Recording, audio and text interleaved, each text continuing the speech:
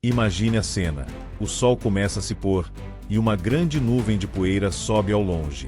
O som das rodas dos carros ecoa na planície. Do outro lado, um exército inteiro de guerreiros egípcios se aproxima rapidamente, e o som de cavalos troteando se mistura com gritos de comando. O povo de Israel, que até então estava caminhando com esperança e fé, começa a sentir o medo tomando conta. A promessa da liberdade parecia real, mas agora, ao olhar para trás, eles veem o exército de Faraó vindo em sua direção. O caminho à frente. Um grande obstáculo: o Mar Vermelho. O pânico começa a tomar conta, o desespero é inevitável. Não há como voltar, e não há como seguir. Era uma situação desesperadora.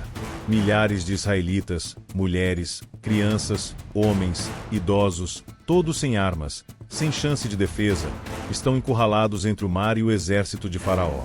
E o que parecia ser o fim, uma estrada sem saída, era na verdade o palco de um dos maiores milagres da história. Como algo tão impossível poderia acontecer? Como eles poderiam escapar? Essa é a pergunta que pairava no ar.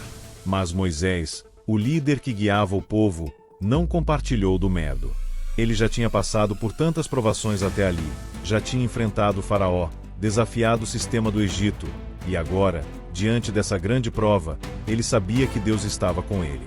Ele tinha confiança de que o Deus que o chamou para essa missão não o abandonaria. E foi nesse momento, no auge do caos, que Deus falou com Moisés. Deus ordenou a Moisés que erguesse sua mão sobre o mar. Eu quero que você imagine isso por um segundo. O mar estava ali, imenso, impenetrável, uma massa de água que parecia não ter fim. O povo de Israel, atônito, olhava para Moisés.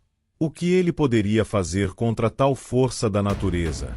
Mas ele levantou sua mão, e foi nesse momento que algo sobrenatural aconteceu. As águas começaram a se afastar, de maneira gradual, mas inquestionável.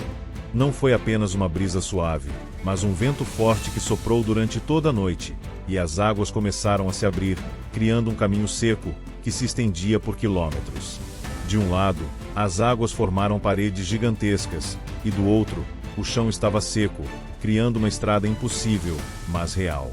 E ali, diante desse milagre, o povo de Israel começou a caminhar pelo leito do mar.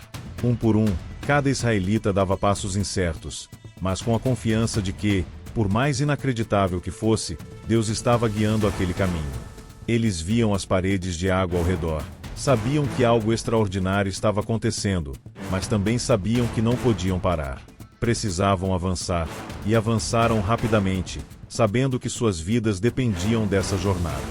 No entanto, enquanto isso acontecia, o Faraó não desistia.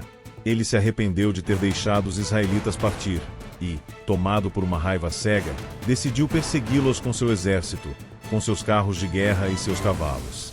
Ele acreditava que podia alcançar os fugitivos, mesmo depois de Deus ter mostrado seu poder através das pragas e da libertação.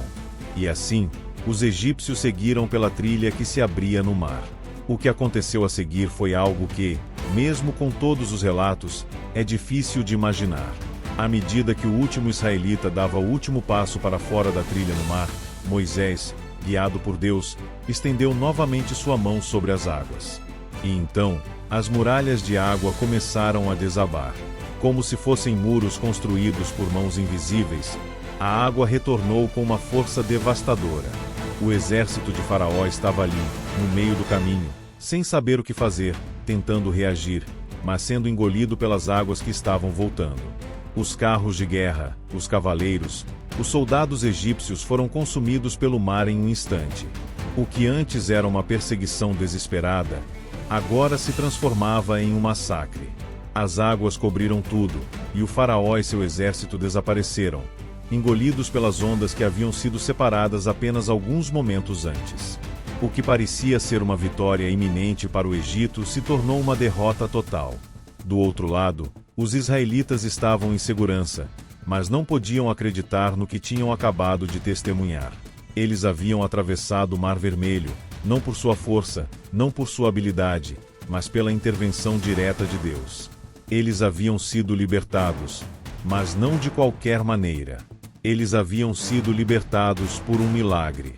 E, nesse momento, quando o último som de água se acalmou, eles olharam uns para os outros, sem palavras, com os corações cheios de gratidão, mas também de assombro. Eles sabiam que estavam diante de algo muito maior que eles mesmos, algo que ninguém poderia explicar, mas todos poderiam sentir. Essa história não é apenas sobre uma travessia física de um mar. Ela é uma metáfora para as nossas próprias lutas, para os momentos em que nos sentimos encurralados, sem saída, sem esperança.